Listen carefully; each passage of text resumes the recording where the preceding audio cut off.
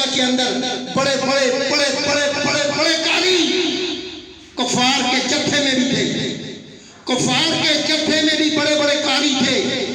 علی تلوار چلا رہا تھا، یہاں تلوار اتنی تیزی سے چل رہی تھی کہ گردنیں مولی اور گاجر کی طرح کٹ رہی تھی۔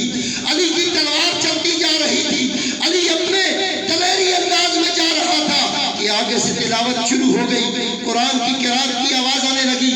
بڑے بڑے تجوید کے ساتھ قاری قرات کرنے والے بڑے لحن کے ساتھ، بڑے بڑے تلفظ کی ادائیگی کے ساتھ، جو لحن جلی بھی نہ کرتے تھے، لحن خفی بھی نہ کرتے تھے، اور بڑی خوبصورتی کے ساتھ تلاوت فرما رہے تھے۔ تو صحابہ نے تلواریں روک دی، تلواریں روک دی اور روک کر کہنے لگے یار روکو تلواریں۔ میرا خیال ہے آگے مسلمان رہ گئے ہیں، تب کفار والی طرف سے تلاوت کی آواز آ رہی ہے، تو تلواریں روک دو۔ مسلمان اپنا پتہ دے رہے ہیں کہ قرآن کی تلاوت کی آواز آ رہی ہے، اور ادھر سلمان فارسی ببانگ دہن اٹھ اٹھ کر ٹخنوں کے بل اچھل اچھل کر کہہ رہا تھا مارو مارو ان کو۔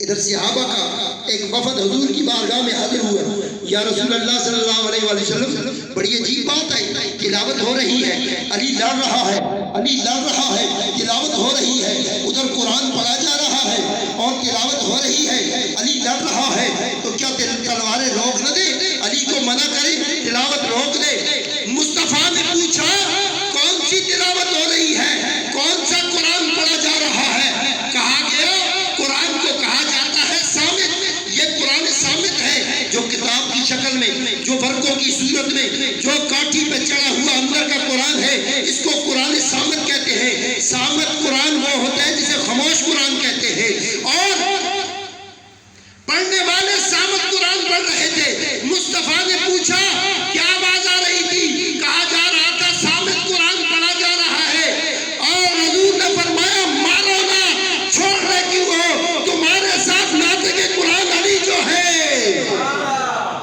تمہارے ساتھ ناطق قرآن علی جو ہے۔ پھر حضور نے معیار بتایا، کہا یہ قرآن ان کے علق میں پھنس جاتا ہے جو علی کا نام لیتے وقت جن کے سامنے علی کی بات کرو اور نہیں نہیں زیادہ علی علی نہیں کرنا، ایشین وزن ملتا ہے، تو بھی دھڑا لے،